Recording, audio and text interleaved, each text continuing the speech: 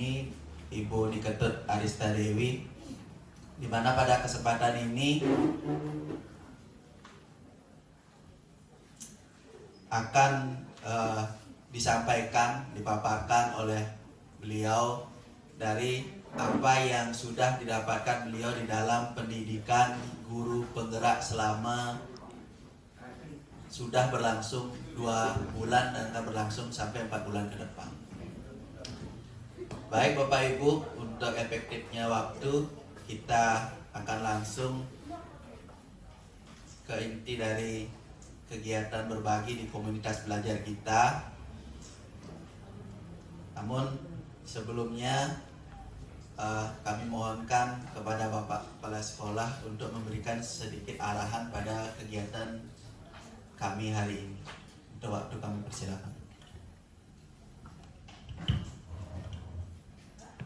Baik, menyita sedikit waktunya karena ini kita harus menyelesaikan 2 sesi kegiatan hari ini, dan agar efektif berjalannya kegiatan,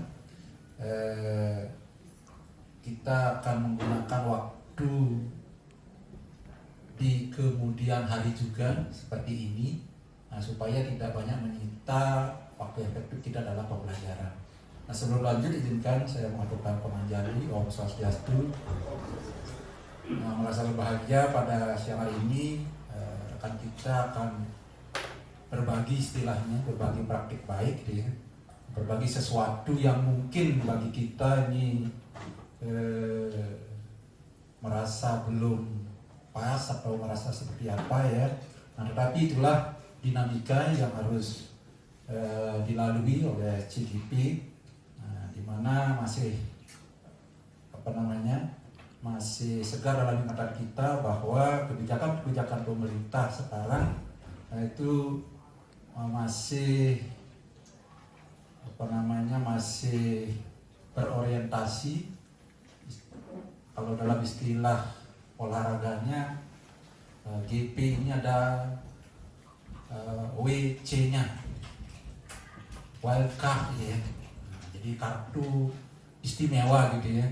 Nah, maka dari itu saya selalu mendorong teman-teman untuk mengikuti kegiatan-kegiatan yang disiapkan oleh Direktorat SMA, di mana nanti pasti ada hal positif yang diperoleh.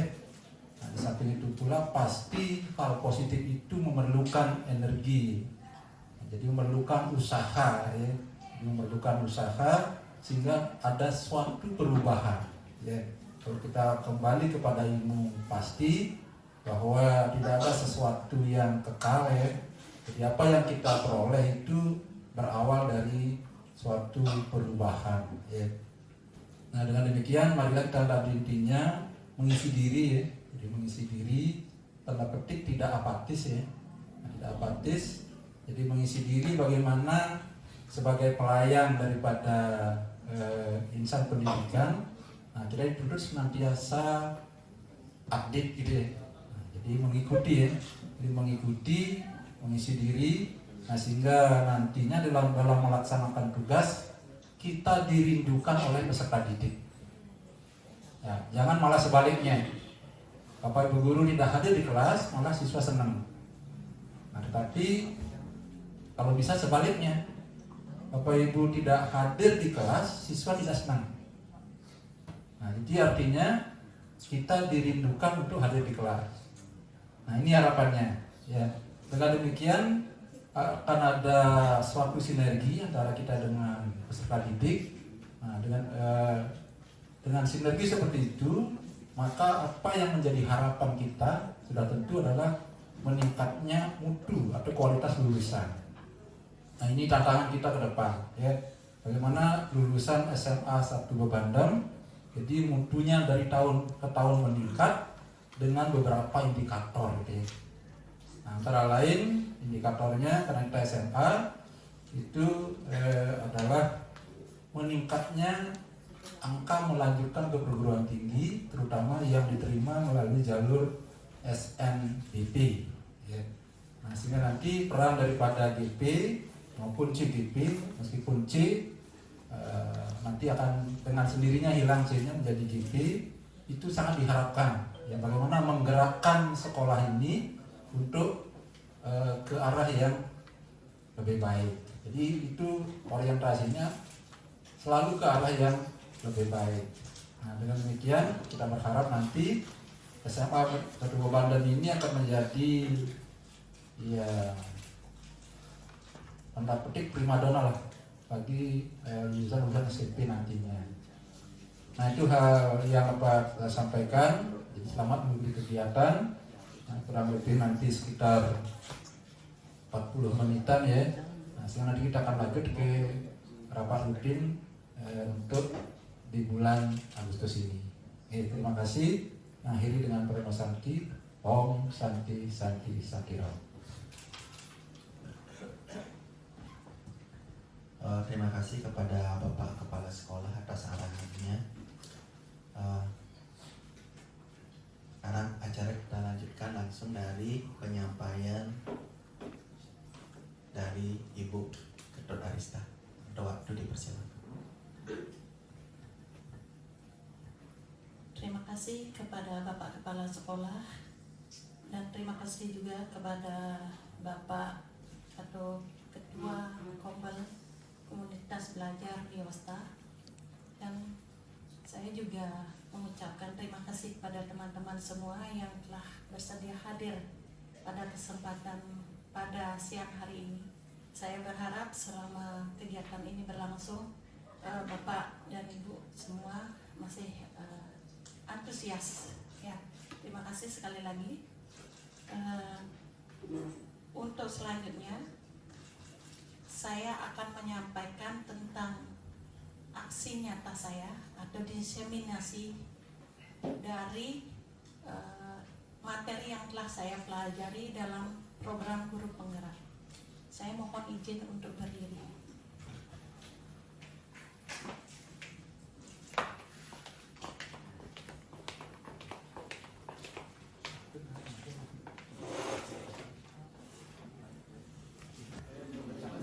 Baik Bapak Ibu, bisa disimak dengan jelas dari belakang. Terima kasih. Ya, pada siang hari ini saya akan mengimbaskan tentang budaya positif yang telah saya pelajari di program guru penggerak ini, yang mudah-mudahan nanti bisa kita implementasikan dalam kegiatan kita dalam mendampingi atau menuntun anak-anak kita di SMA Negeri 1 Bandung.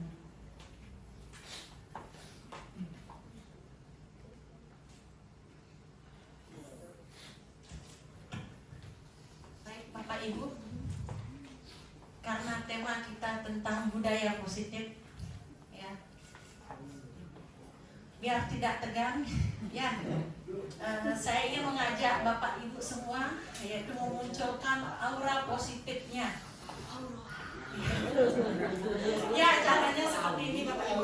Bapak Ibu silakan berdiri dulu sebentar ya, sambil meregangkan otot-ototnya. Setelah makan siang kita meregangkan otot-otot dulu ya Bapak Ibu ya. Nah, sekarang Bapak Ibu cari pasangan. Ya, caranya dengan Kalau dengan abadang lah ya. atau berbalik.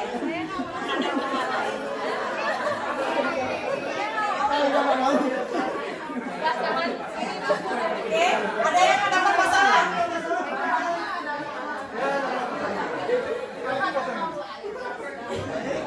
Ya, saya memandu ya. Saya nggak nyari pasangan ya. Gimana, siapa yang nggak dapat pasangan? Ada yang jomblo? Ini di depan ada yang jomblo juga? Oke, silakan Bapak Ibu melihat pasangannya masing-masing.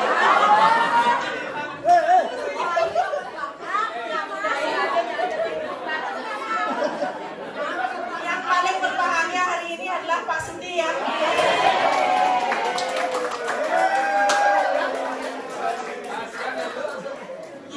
Yang paling menderita siapa nggak dapat pasangan? Oke,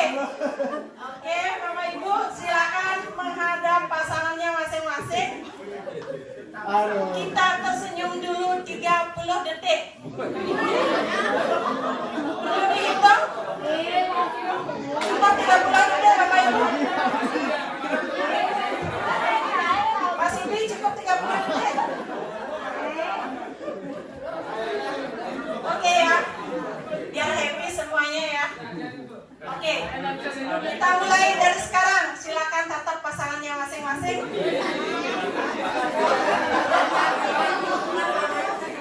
Jangan malu-malu ya.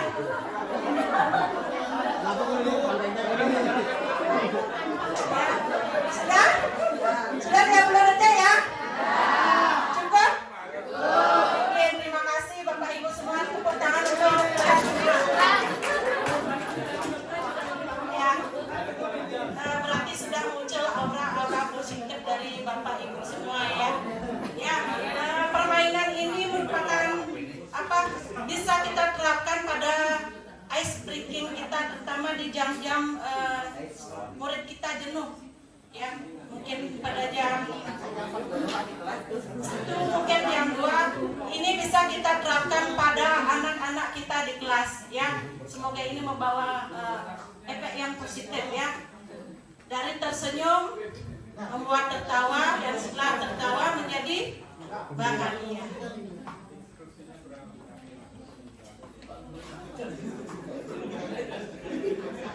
Oke Bapak Ibu, kita akan menuju ke materi kita, yaitu budaya positif. Kalau kita berbicara tentang budaya, apa yang ada di benak Bapak atau Ibu? Misalnya budaya, kebiasaan. Nah, kita kalau berbicara tentang kebiasaan, pasti kita mengharapkan adanya kebiasaan yang positif terjadi pada anak atau terjadi di lingkungan sekolah. Oke, Bapak Ibu, seorang guru yang baik atau guru yang bijak harus memiliki kemampuan dalam mewujudkan budaya positif di sekolah. Budaya positif tersebut dapat dijalankan dengan menerapkan konsep seperti menerapkan disiplin positif, yang kedua memahami perilaku manusia, yang ketiga membuat keyakinan sekolah atau kelas, yang keempat memahami kebutuhan dasar manusia, yang kelima memahami posisi kontrol restitusi, yang keenam menjalankan segitiga restitusi. Nanti kita akan bahas satu persatu Bapak Ibu ya. Nanti apabila dalam pelaksanaan ada pertanyaan oleh Bapak dan Ibu, silakan bisa ditanyakan ya. Oke, kita sekarang ke pembahasan yang pertama, yaitu tentang disiplin positif. Nah, nampaknya Bapak Ibunya mulai tegang ya. Yang nggak tegang bagaimana kalau Bapak dan Ibu bisa merespon pertanyaan yang akan saya sampaikan. Nah, kalau berbicara tentang disiplin, ya. Kalau disiplin menurut Bapak dan Ibu itu apa sih? Kan setiap hari kita berbicara atau menemui anak-anak ini nggak disiplin. Disiplin berkaitan dengan tepat waktu, apalagi sesuai aturan, lagi komitmen, lagi konsisten, tanggung jawab, ya, apalagi konsekuensi, ya, itu nilai-nilai kebajikan ya. Kalau berbicara tentang disiplin,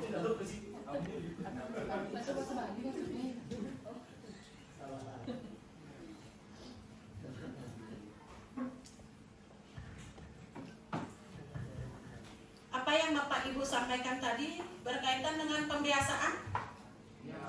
Ya, kalau berbicara tentang disiplin positif, ada kaitannya dengan pembiasaan positif. Nah, menurut Bapak dan Ibu, ya, kita kan sering mengamati anak-anak, sering bersama anak-anak, ya.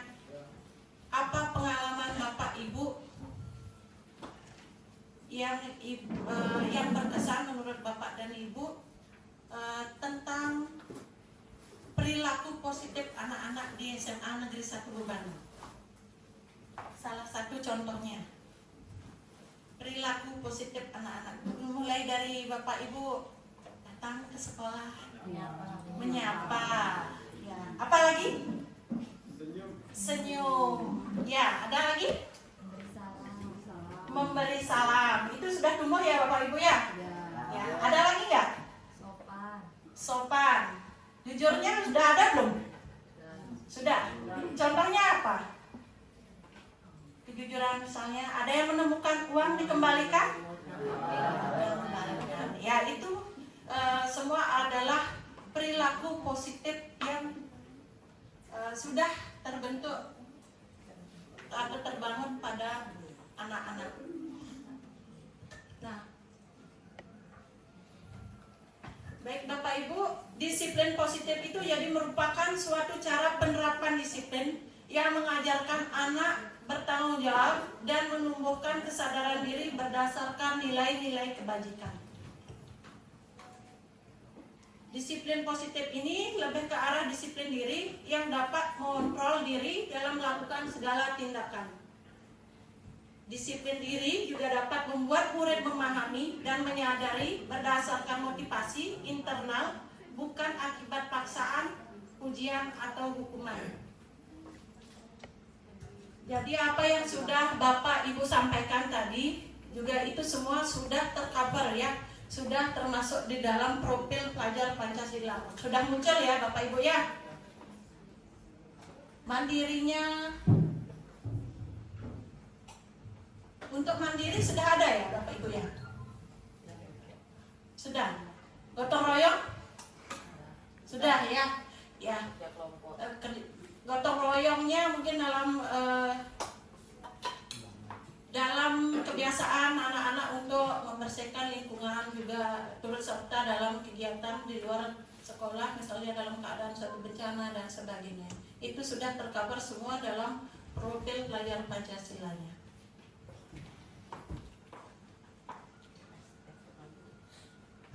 Baik.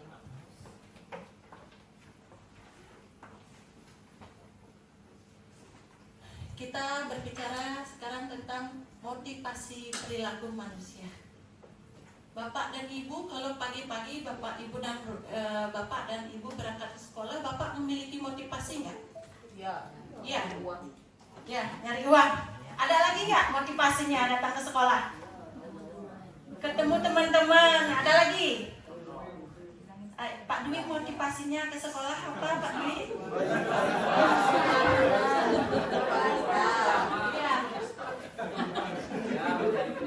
Oh, mencari kenyamanan. Ya.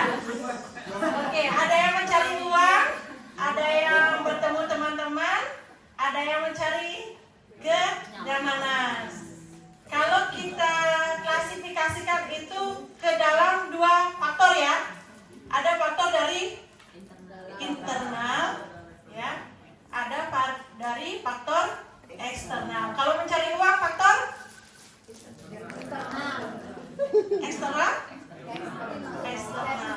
Kalau internal berarti memperoleh kenyamanan. Jadi Pak Dwi motivasinya adalah motivasi internal.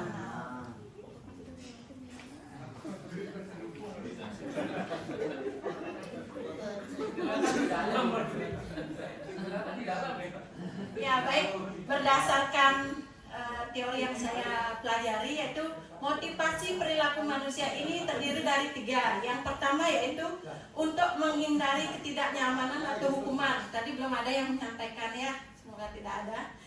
Yang kedua untuk mendapatkan imbalan atau penghargaan dari orang lain. Yang ketiga yaitu untuk menjadi orang yang mereka inginkan dan menghargai diri sendiri dengan nilai-nilai yang mereka percaya. Berdasarkan ketiga ini, yang mana termasuk motivasi internal? Kalau untuk menghindari ketidaknyamanan atau hukuman? Eksternal. Untuk mendapatkan imbalan atau penghargaan dari orang lain? Eksternal. Yang ketiga? Internal. Baik ya, sudah paham ya?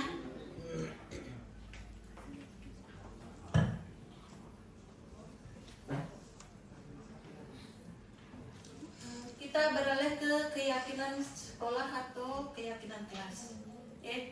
Untuk memunculkan motivasi, tadi kan sudah disampaikan ada motivasi internal, ada motivasi eksternal. yaitu untuk memunculkan motivasi internal dalam diri murid, perlu kiranya kita membuat keyakinan kelas atau keyakinan sekolah. Bapak Ibu, saya yakin Bapak Ibu semua sudah menyusun atau merancang keyakinan kelas bersama murid-muridnya di kelas. Apakah sudah disepakati bersama Bapak Ibu? Nah, kata-katanya itu, kata-kata yang dituangkan atau disusun itu atas inisiatif siapa? Siswa. Siswa apa guru? Siswa. Oh, bersama ya. Berarti Bapak Ibu yang memandu, anak-anak yang menyampaikan ide atau gagasannya. Baik, di sini memang guru berperan dalam mewujudkan terbentuknya keyakinan sekolah atau kelas dengan adanya kesepakatan yang seperti disampaikan tadi. Nah, ini dia Bapak Ibu, dari belakang jelas Bapak-bapaknya jelas ya. Ini contoh keyakinan di kelas 12B. Ada yang membuat berbeda ya. Ini saya dapatkan contohnya, ini salah satu contohnya ya Bapak Ibu ya, yang sudah dibuat oleh wali dan murid di kelas 12B. Yang pertama adalah hormat, bekerja, diterima dan dimiliki, dan bertanggung jawab. Jadi keyakinan sekolah atau kelas berupa pernyataan universal yang mudah diingat dan mudah dipahami sehingga mudah diterapkan di lingkungan sekolah. Nah, Bapak dan Ibu, kita simak baik-baik. Bapak Ibu, seperti yang sudah saya sampaikan tadi, bahwa keyakinan kelas itu harus dibuat dengan kata-kata yang universal. Kalimatnya menyampaikan kalimat yang positif. Bisa dilihat dengan jelas, Bapak atau Ibu yang di belakang?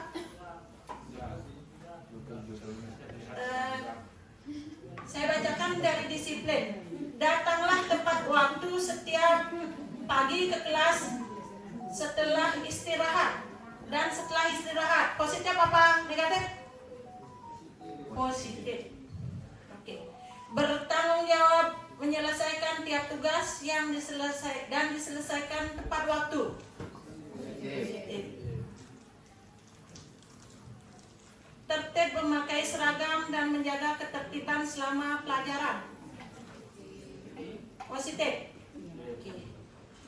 Kalau dilarang memakai handphone selama pelajaran berlangsung, bagaimana Bapak Ibu? Jadi kalau keyakinan kelas itu berupa pernyataan yang universal, dibuat dalam pernyataan yang positif. Kalau kata dilarang, negatif ya. Nah, hendaknya kita bisa revisi, maaf, keyakinan kelas di 11C kita bisa bahas secara bersama-sama ya, agar kata dilarang itu kita rubah menjadi kalimat yang positif, itu menjadi kalimat seperti apa? Mungkin Ibu guru bahasa atau Bapak guru bahasa. Dilarang membawa HP. HP hanya diizinkan. Maaf. Dilarang memakai handphone selama pelajaran berlangsung. Kita ubah kalimatnya untuk menjadi kalimat positif seperti apa ya? Diperbolehkan menggunakan handphone di luar jam pelajaran. Bagaimana Bapak Ibu, sepakat? Sepakat? Ya, oke. Maknanya sama, tapi cuma dirangkai menjadi kalimat yang lebih positif. Oke, kita punya contoh yang seperti ini. Siswa datang tepat waktu untuk setiap sesi kelas. Positif.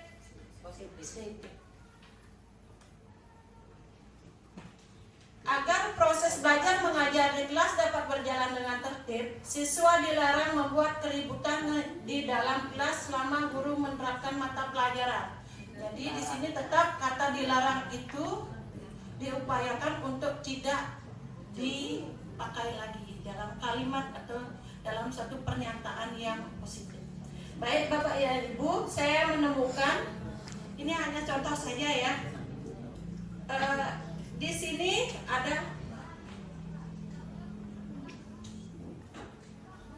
sini ada kalimat yang tertulis, mungkin Bapak dan Ibu juga menyertakan ya dalam kesepakatan atau dalam keyakinan kelasnya ada konsekuensi ya. Ada yang menuliskan konsekuensi? Ada. Ya, baik, nanti kita akan bahas apa beda konsekuensi nanti dengan hukuman ya. Di sini apabila mendapat teguran lisan dari guru mengajar itu dalam keyakinan kelas perlu atau tidak? Bagaimana Bapak Ibu? Kira-kira perlu nggak kalau kita dalam keyakinan kelasnya menyampaikan kalimat mendapat teguran dari guru dan pengajar, dari guru atau pengajar? Tidak. Tidak. Sebaiknya berasal dari diri. Iya. Ya Bapak dan Ibu, Bapak dan Ibu semua ada yang belum membuat keyakinan kelasnya? Sudah semua ya. Kalau Bapak dan Ibu terlanjur mencantumkan kalimat yang seperti ini, mungkin bisa direvisi kembali agar kalimatnya menjadi kalimat yang lebih positif. Jadi kalau Ibu atau Bapak mencantumkan kalimat atau konsekuensi, jadi diupayakan kalimatnya itu juga mengarah ke hal-hal yang positif. Misalnya, kalau ada murid yang terlambat datang ke kelas, yang pernah Bapak Ibu berikan konsekuensi kepada anak itu sekian. Ya, ada yang pernah terlambat murid-muridnya? Ada. Bagaimana Bapak dan Ibu di belakang? Bersabar. Ada yang bersabar tanpa diberikan tindakan? Tanpa diberikan tindakan? Tidak. Siapa yang paling terakhir masuk ke kelas dia yang masang LCD. Oh ya, itu berupa tindakan ya. Ada yang kalau terlambat ke kelas disuruh tidak ikut pelajaran? Nah ada lagi, ya. Ya, kalau yang seperti itu bukan memunculkan keinginan Anda untuk merubah dirinya. Takutnya mereka mengulang lagi karena keenaan tidak ikut pelajaran, jadinya tidak sengaja untuk membuat kesalahan. Ya, diminimalisir untuk menuliskan kalimat-kalimat yang mengarah kepada kalimat yang negatif.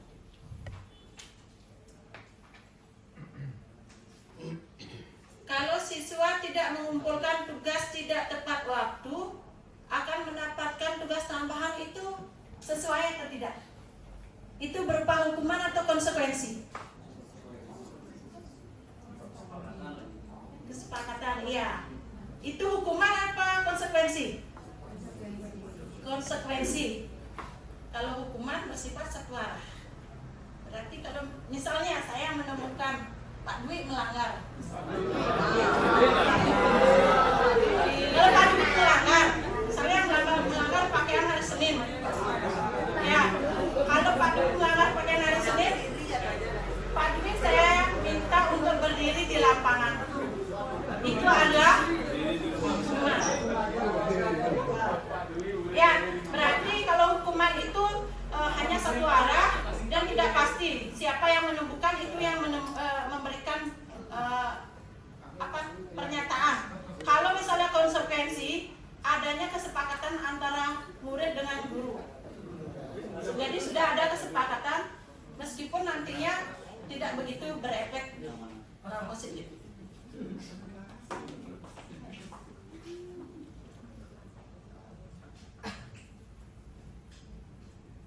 Nah, kita ketemu dengan jawabannya ya. Kalau hukuman itu tidak terencana atau tiba-tiba, dan murid tidak tahu apa yang akan terjadi atau tidak dilibatkan. Misalnya kalau murid terlambat masuk ke kelas, murid tidak diizinkan untuk mengikuti pelajaran dan disuruh duduk atau berdiri di luar. Itu merupakan hukuman karena bersifat satu arah. Hukuman itu juga bisa berupa fisik ya. Kalau dulu ya zaman Zaman Jepang. zaman kolonial ya.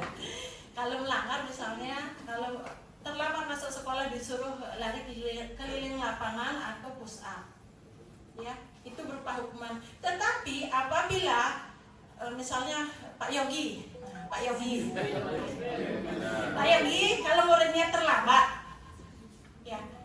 mengikuti pelajaran olahraga Pak Yogi, terus Pak Yogi seharusnya lari keliling lapangan 2 kali, tetapi karena terlambat muridnya lari keliling lapangan 4 kali, itu hukuman apa konsekuensi?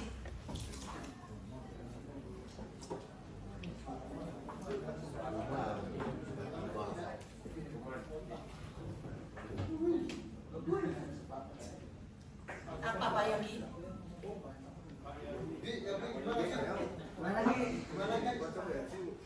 Konsekuensi, alasannya apa Pak? Kalau konsekuensi, mungkin Bapak punya pandangan yang berbeda. Sudah adanya kesepakatan sebelumnya? Sudah ada dan sesuai dengan mata pelajaran Bapak itu. Ya. Misalnya kalau Pak Agus, kalau Pak Agus guru agama dia terlambat, tidak hafal kesan dia mungkin disuruh lari keliling lapangan, jadi tidak ada kaitannya, itu berupa hukuman. Ya, kalau konsekuensi terencana atau disepakati sesuai aturan, sesuai yang disampaikan Pak Yogi. Tapi di sini juga murid akan merasakan tidak adanya kenyamanan. Yaitu di samping itu murid selalu memonitor murid. Oke, kalau restitusi, Bapak dan Ibu sudah pernah mendengar kata restitusi? Sudah. Siapa yang belum? Ya, nanti kalau yang belum nanti kita bahas bersama mengenai restitusi. Jadi restitusi itu merupakan proses penciptaan kondisi bagi murid untuk memperbaiki kesalahan. Yang kedua yaitu restitusi juga merupakan proses kolaboratif yang mengajarkan murid untuk mencari solusinya sendiri.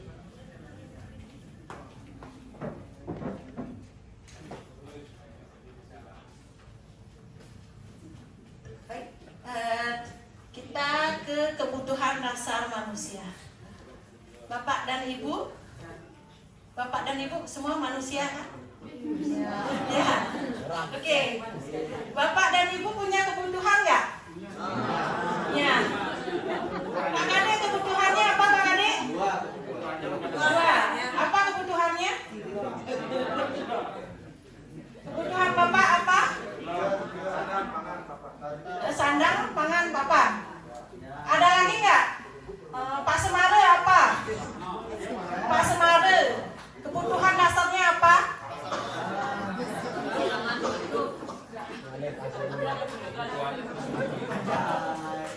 Memperoleh pacar. Pasangan hidup ya. Bu Ade, kebutuhan dasarnya apa? Kebutuhan dasar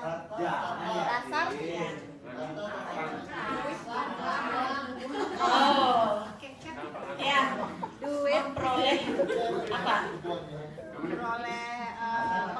memperoleh penghasilan. Ada lagi nggak? Siapa yang belum? Kira-kira siapa nih? Oke, kita pengen tahu kebutuhan dasarnya Bu Ari.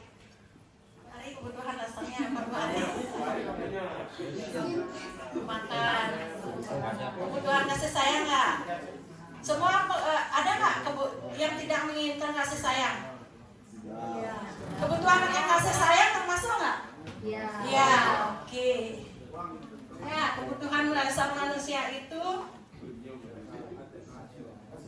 ada 5. Ya, seperti yang disampaikan tadi, sandang, papan, pangan, itu termasuk kebutuhan untuk bertahan hidup.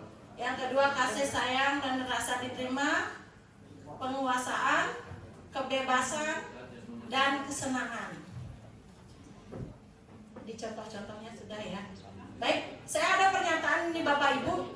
Ketika seorang murid melakukan suatu perbuatan yang bertentangan dengan nilai-nilai kebajikan atau melanggar peraturan, hal itu sebenarnya dikarenakan karena gagal memenuhi kebutuhan dasar mereka. Jadi seperti ini tentang murid ya. Kita balik lagi ke Bapak Ibu. Bapak dan Ibu tadi kan sudah menyampaikan kebutuhan dasarnya. Jadi kalau kebutuhan dasar Bapak Ibu itu tidak terpenuhi, pasti ada rasa ya. Rasa apa misalnya? Kecewa, sedih, cemberut, uring-uringan. Mungkin cemburu ya, cemburu termasuk nggak? Gimana Pak Agus, cemburu termasuk nggak? Ya, kalau cemburu itu termasuk. Nah, kalau Bapak Ibu di rumah ya, suami atau istrinya cemburu, coba kembali ke 5 kebutuhan dasar yang tadi. Berarti dari kelima ini ada sesuatu yang tidak terpenuhi. Ya, jadi berarti kita harus memahami apa sih kebutuhan dasarnya istrinya atau pasangannya. Pasti ada sesuatu yang tidak terpenuhi. Begitu juga pada murid-murid kita. Jadi apabila murid-murid kita melakukan sesuatu atau berperilaku negatif, pasti ada kebutuhan dasarnya yang belum terpenuhi. Oke, kita ke studi kasus. Kita Bapak Ibu bisa yang di belakang bisa menyimak nih. Nanti mohon dibantu untuk menyampaikan pandangannya, pendapatnya tentang kasus ini Ibu Wayan ya. Sebenarnya saya ingin menulis Ibu Wayan Sunarti, tapi saya ingin menyebutkan Ibu Wayan guru kelas 10F sedang bingung menghadapi ulah salah satu murid di kelasnya. Doni namanya ya. Beberapa anak telah mengeluhkan Doni yang seringkali meminta bekal makan siang mereka dengan paksa. Jika Anda menghadapi situasi seperti Ibu Wayan, apa yang akan Anda lakukan? Menurut Anda, kira-kira apa alasan Doni melakukan hal itu? Ini Doni kelaparan atau bagaimana? Atau bagaimana saya? Ada yang menyatakan butuh kasih sayang. Ada lagi nggak? Penguasaan. Misalnya seperti apa, Pak? Ingin yang dikatakan hebat. Oh ya, ingin dikatakan hebat. Ada lagi nggak pendapatnya? Dari yang kelima itu. Bertahan hidup, ya ada yang menyampaikan bertahan hidup, ada yang kekuasaan, ada yang Bu Eka apa tadi? Kasih sayang. Apa yang belum? Kesenangan. Kesenangan dengan alasan seperti apa? Senang melihat temannya menderita ya? Atau senang melihat makanan temannya enak? Mungkin nggak? Ada lagi nggak? Berempat ya? Mencari perhatian, kesenangan. Oke. Mungkin seperti ini jawabannya. Tadi kan karena perlu kasih sayang ya. Mungkin alasan Doni yang pertama yaitu karena ia lapar dan orang tuanya tidak membawakannya bekal makan siang. Maka kebutuhan dasar yang berusaha dipenuhi oleh Tommy adalah kebutuhan untuk bertahan hidup. Jika menemukan anak yang seperti ini, Bapak dan Ibu, kira-kira Bang ide.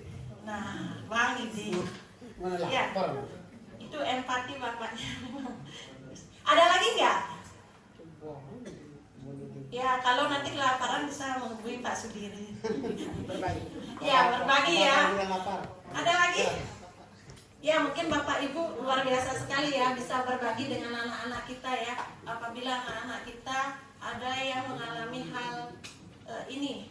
Yang kedua, alasan Doni karena dia merasa senang temannya memperhatikan dia. Tadi ada yang menyampaikan senang ya. Nah, ini dia jawabannya. Ketika temannya melaporkan tindakannya itu pada gurunya dan gurunya memberitahu orang tuanya sehingga orang tuanya jadi memperhatikan dia, maka kebutuhan dasar yang sedang ingin dipenuhi oleh Doni ya, adalah kebutuhan akan kasih sayang dan rasa diterima.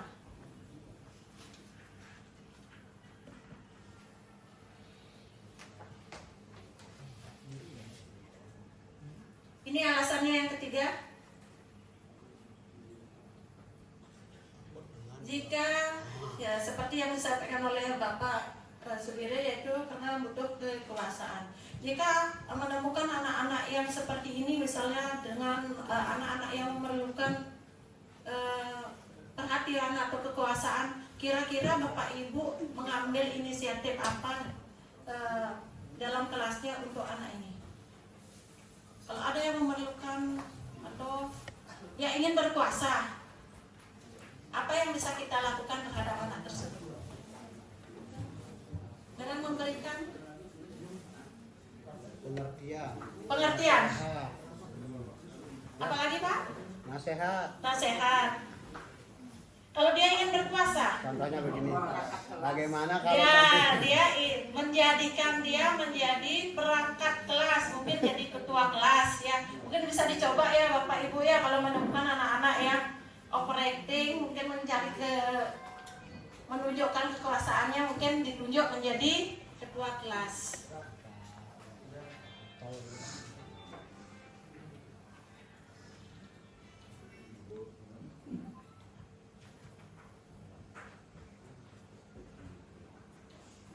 Nah, jika alasan Doni menginginkan adanya kebebasan, apa yang bisa Bapak Ibu lakukan? Halo? Mulai lemas ya Bapak Ibu ya. Oke, mari beberapa menit lagi ya. Mohon tetap bersemangat ya. Oke, kalau misalnya menemukan anak-anak yang memerlukan kebebasan, apa yang bisa kita lakukan?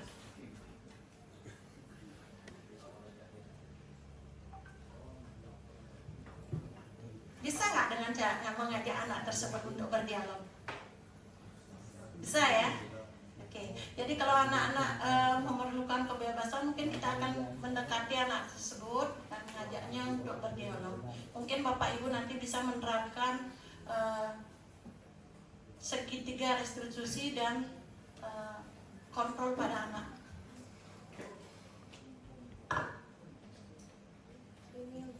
Saya lanjut aja ya Bapak Ibu ya. Oke, kita ke posisi kontrol.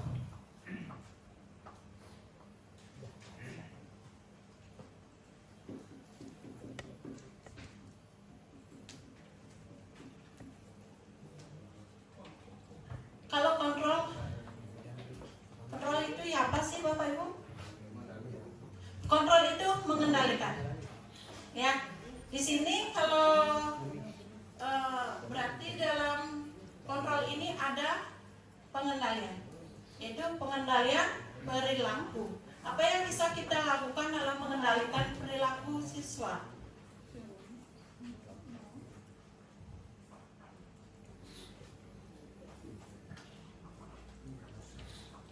Bisa disimak Bapak, Ibu? Oke, 5 posisi kontrol seorang guru. Ya. Yang pertama sebagai penghukum, yang kedua sebagai pembuat merasa bersalah, yang ketiga sebagai guru sebagai teman, yang keempat guru sebagai pemantau, yang kelima guru sebagai manajer. Saat ini posisi Bapak dan Ibu jika menemukan masalah pada siswanya, Bapak dan Ibu berada di posisi yang keberapa? Pemantau ya. Ada yang menghukum dan pembuat merasa bersalah. Karena sebelum saya mengikuti program guru penggerak ini, saya guru BK sering mempraktekkan pembuat merasa bersalah dalam kegiatan layanan bimbingan saya. Ya, sering membimbing murid, kalau kamu seperti ini, kaitannya dengan ini, bagaimana orang tuamu, nggak kasihan dengan orang tuamu yang seperti itu. merupakan pembuat rasa bersalah. Kalau sebagai teman misalnya, halo bro, ada nggak? Bapak ibu? Banyak ya? Siapa ini? Bagus tuh. Pak gini ya Pak Semare ya.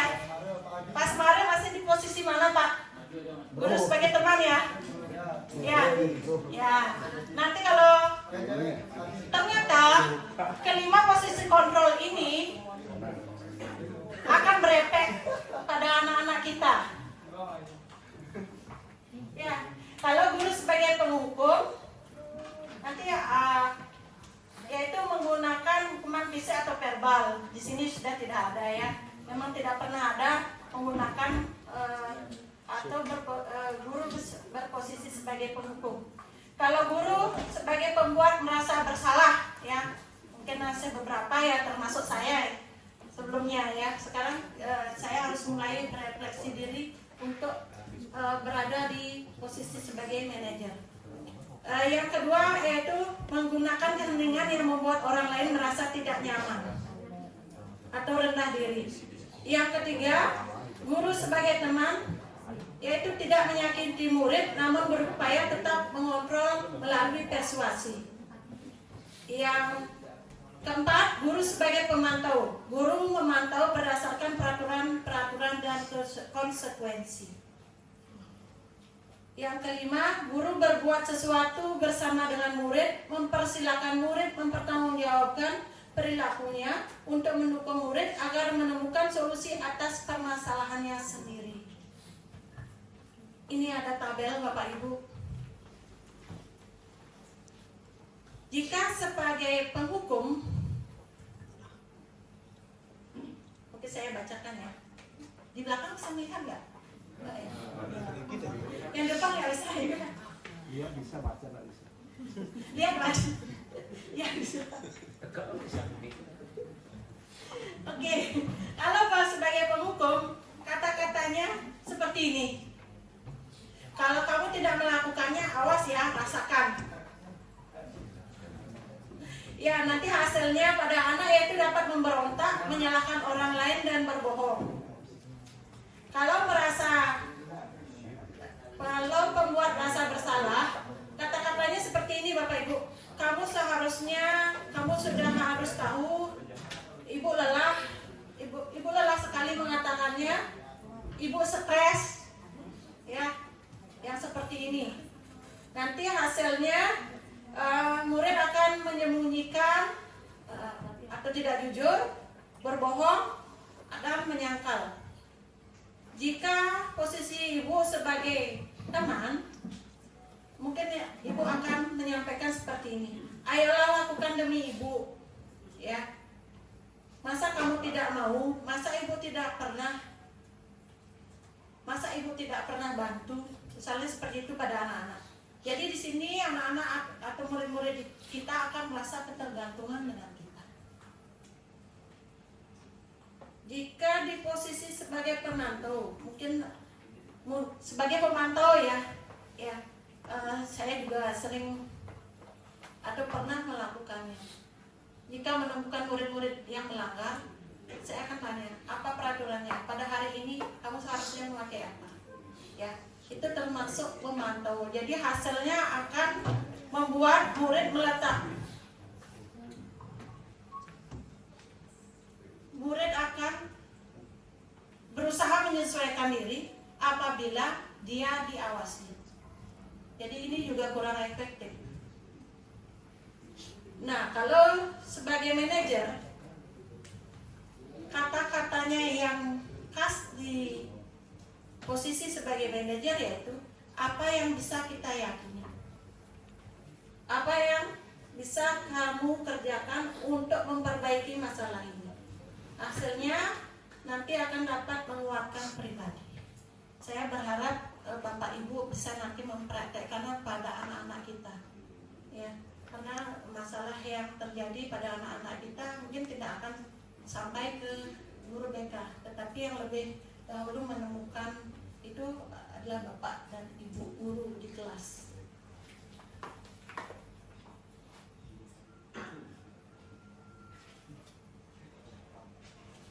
Saya ke kasus ini sering terjadi ya. Halo. Hai. 3, 2. Masih semangat Bapak Ibu? Oke, lagi sedikit ya. Saya meminta pendapat Ibu atau Bapak mengenai murid yang terlambat masuk sekolah dan tidak mengikuti kegiatan pagi bersama di lapangan berdasarkan posisi kontrol yang sudah saya sampaikan. Apa tindakan Bapak atau Ibu jika menemukan situasi yang seperti ini?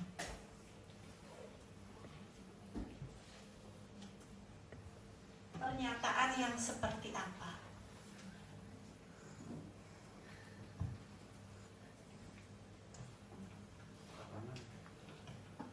Kalau saya gini Bu, kalau saya gini, ini biar ngawur. Kalau saya gini pernyataan saya. Kalau Bapak ya, silakan Pak Sudirman. Anak-anak ya, kalau ada 2 orang ya, anak besok jangan. Pak, pakai mic, Pak.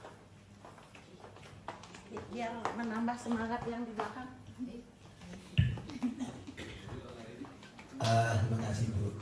Jadi kalau saya sendiri sering menemukan siswa yang terlambat ya. Jadi saya ngomongnya begini. Nah, jangan sering-sering terlambat ya. Bapak aja sudah tua, jam 6.30 sudah ngabsen di sekolah, gitu. Itu Bu.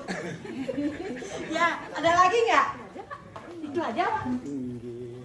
Siapa? Bu Puji. Nah, seandainya ketemu anak yang terlambat.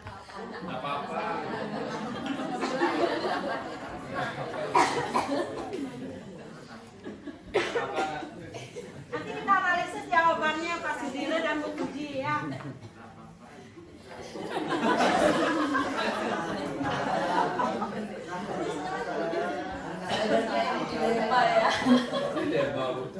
Saya nggak sengaja ya Bu ya. Sudah ya. Kenapa kamu terlambat?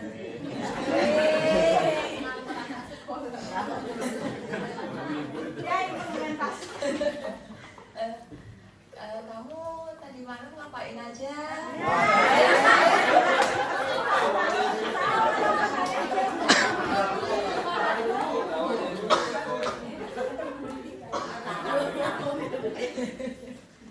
Bisa cerita nggak kamu kemarin ngapain aja? Dan,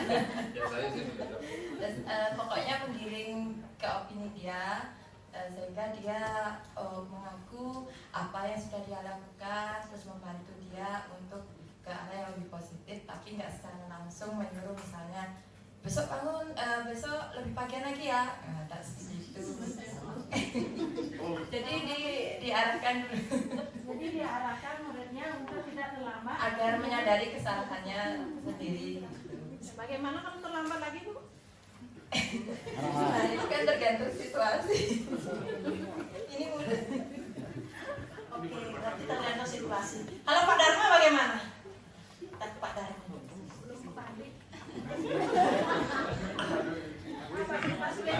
Baik, terima kasih. Kalau saya sama sih sebenarnya lebih coaching ya. Jadi menanyakan dulu apa permasalahannya, terus berikutnya saya akan memberikan dia suatu pertanyaan untuk di kemudian hari atau besok dan seterusnya apa yang akan dia lakukan untuk tidak mengulangi kegiatan itu lagi. Itu yang biasanya diagih. Terima kasih, jawaban Pak Dharma hampir mirip dengan Bu Puji ya. Cuma Bu Puji masih malu-malu. Oke, tepuk tangan dulu untuk teman-teman kita Bapak. Jadi di sini ada 3 jawaban, tapi 2 jawaban mengarah ke coaching ya. Menanyakan alasannya apa yang terjadi dan menurut Pak Sudirman dari posisi kelima kontrol tadi, Pak Sudirman berada di posisi kontrol apa? Membuat rasa bersalah.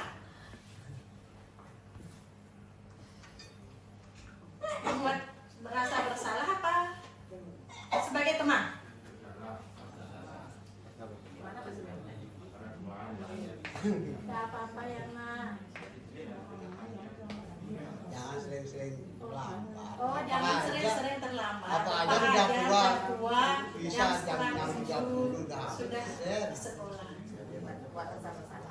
Ya, jadi membuat rasa bersalah. Tapi Bu Puji dan Pak Darno berada di posisi apa?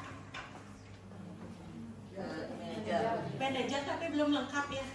Ya, kurang memunculkan keyakinan anak. Oke, ini sudah. Jadi posisi kontrol di antara kelima posisi kontrol tersebut, sebaiknya seorang guru menggunakan posisi kontrol sebagai manajer. Mohon maaf Bapak Sudirman. Ya, mungkin sebaiknya Mungkin teman-teman cuek mungkin dengan murid-muridnya ya. Dan saya itu ya lakukan. ya, oke, tidak apa-apa Mas Sudirman. Setiap guru memiliki triknya masing-masing untuk menangani siswa ya. Tapi tidak menyalahkan ya, tidak menghakimi, tapi sebaiknya kita memposisikan diri sebagai manajer. Itu secara teori yang memang mengarahkan guru-guru untuk memposisikan dirinya sebagai manajer. Mungkin pelan-pelan ya kita bisa mempraktekkan ini semua. Posisi kontrol sebagai manajer yaitu guru mampu berbuat sesuatu bersama murid dan mempersilahkan murid bertanggung jawab dan mendukung murid agar menemukan solusinya sendiri. Jadi dari masalah yang tadi, kalau kita bisa mengarahkan murid, nanti murid sendiri yang mengeluarkan atau menyampaikan unek-uneknya untuk memperbaiki masalah yang dihadapinya. Itu kira-kira. Nah, maaf ya, ada tulisan yang typo. Selain itu, posisi manajer mengacu pada restitusi yang dapat menjadikan murid sebagai manajer bagi dirinya sendiri sehingga dapat tercipta identitas positif pada diri murid. Ini kebetulan tadi saya coba mendekati murid ya.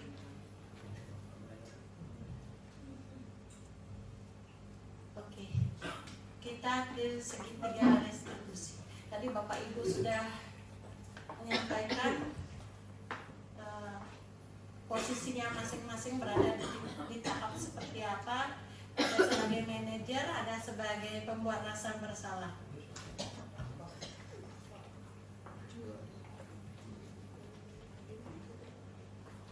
Baik Bapak Ibu, apabila kita menemukan, ini bagian yang terakhir dari materi kita ya, apabila kita menemukan permasalahan pada murid kita, ya kan tidak semua permasalahan bisa sampai seperti tadi saya sampaikan, tidak sampai ditangani oleh BK. Mungkin Bapak Ibu secara langsung menemukan permasalahan pada muridnya. Di sini Bapak Ibu bisa menerapkan 3 tahapan restitusi. Yang pertama adalah menstabilkan identitas, yang kedua validasi tindakan yang salah, yang ketiga adalah menanyakan keyakinan. Pada tahap menstabilkan identitas yang bisa dilakukan yaitu berdasarkan prinsip bahwa membuat kesalahan adalah bagian dari proses pembelajaran yang nantinya akan menggeser identitas gagal ke arah identitas sukses. Dalam menstabilkan identitas ini yang bisa dilakukan yaitu atau yang bisa kata-katanya yang bisa disampaikan pada anak adalah berbuat salah itu hal yang manusiawi. Tidak ada manusia yang sempurna. Kita bisa menyelesaikan permasalahannya ini. Atau Bapak Ibu tidak tertarik untuk mencari siapa yang salah atau siapa yang benar. Bapak atau Ibu lebih tertarik untuk menyelesaikan masalah atau kamu menyalahkan dirimu sendiri terus menerus. Apakah kamu bersikap baik pada dirimu? Ya.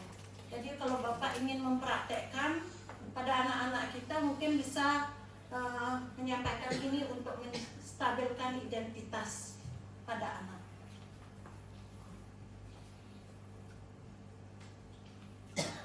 Yang kedua adalah validasi tindakan yang salah. Validasi tindakan yang salah dilakukan berdasarkan prinsip bahwa setiap perilaku berupaya memenuhi suatu kebutuhan tertentu sehingga guru atau orang tua akan bergeser dari pemikiran stimulus respon menjadi proaktif serta akan lebih mengenali dan mengakui kebutuhan murid atau anak. Dalam validasi tindakan yang salah ini, kata-kata yang bisa disampaikan yaitu kamu pasti punya alasan mengapa melakukannya.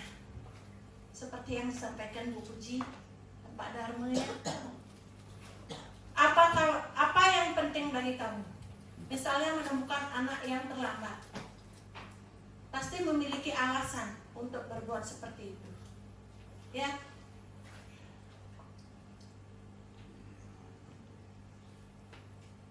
Atau kamu boleh tetap berusaha menjaga sikap itu, tapi tambahan sikap yang lain atau baru. Misalnya seperti ini, Bapak Ibu. Ada anak yang di kelasnya sering ngomong, ceplas-ceplos. Ada. Ya, mungkin kita bisa mempraktekkan ini pada anak. Ya. Sebenarnya kamu sudah bagus, bisa menyampaikan unek-uneknya, ya. Bisa menyampaikan apa yang kamu pikirkan, tetapi ada perilaku baru yang bisa kamu tambahkan. Misalnya, ya, hargai orang yang berbicara di depan, hargai guru yang mengajar, ya, arahkan anak untuk memahami itu. Jadi ada tambahan sikap atau perilaku yang baru dalam validasi tindakan yang salah. Dan yang ketiga adalah menanyakan keyakinan. Menanyakan keyakinan dilakukan dengan memberi pertanyaan-pertanyaan bermakna kepada murid atau anak yang untuk memunculkan motivasi secara intrinsik sehingga mampu mengaitkan keyakinannya dengan tindakan yang salah. Jadi di sini Bapak dan Ibu bisa menyampaikan kepada anak apa nilai yang bisa kita percaya di sekolah kita. Ini kaitannya dengan keyakinan kelas yang kita sudah bentuk atau kita rancang bersama anak-anak kita. Jadi kaitkan apa masalahnya. Misalnya kalau ceplas-ceplos ketika guru mengajar, kaitkan dengan keyakinan kelasnya. Misalnya dengan mengaitkan dengan apa Bapak Ibu? Tanggung jawab atau menghormati? Menghormati, ya. Misalnya kalau anak itu tidak mengerjakan tugas, anak diberikan tugas oleh Bu Yunita, misalnya Bu Yunita memberikan tugas pada anak. Apa pada tahap menstabilkan identitas, apa yang bisa Ibu sampaikan pada anak?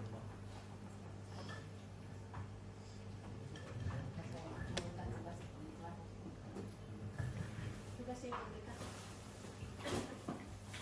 Pada tahap restitusi apa yang bisa disampaikan? Ya, yang biasanya saya lakukan di kelas, saya tanyakan dulu ke anak-anak bagian kalau ada tugas ini rincian tugasnya bagian mana yang sulit bagi dia, bagian mana yang belum dia pahami dan bagian mana yang sudah dia pahami. Yang sudah pahami itu biarkan saja, nanti yang belum dia pahami baru kita jelaskan lebih lanjut. Nah, tiap anak ada bagian yang sudah mengerti, ada yang belum dia mengerti, beda-beda bagian.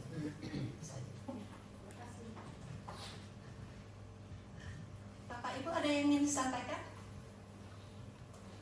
Enggak? Pak Ari Kamajai? Bagaimana? Ada yang ingin disampaikan Pak? Ya, Pak Aris? Sampai di tahap ini kira-kira Bapak Aris bisa ada rencana untuk menerapkan segitiga restitusi ini di kelas Bapak Ibu? Ya, harapannya nanti Bapak Ibu bisa menerapkan segitiga restitusi pada anak-anak kita yang mengalami masalah.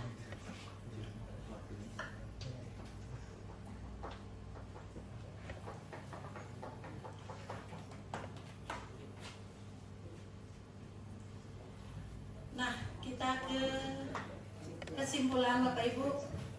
Dari keenam capaian budaya positif ini, diharapkan budaya positif ini bisa muncul motivasi intrinsik dan nilai kebajikan pada murid dimulai dengan membuat keyakinan kelas yang disepakati antara guru dan murid, dan apabila terjadi suatu persoalan pada murid, kita perlu memahami kebutuhan dasarnya dengan peran guru pada posisi kontrol restitusi sebagai manajer dan menerapkan segitiga restitusi dalam menangani siswa.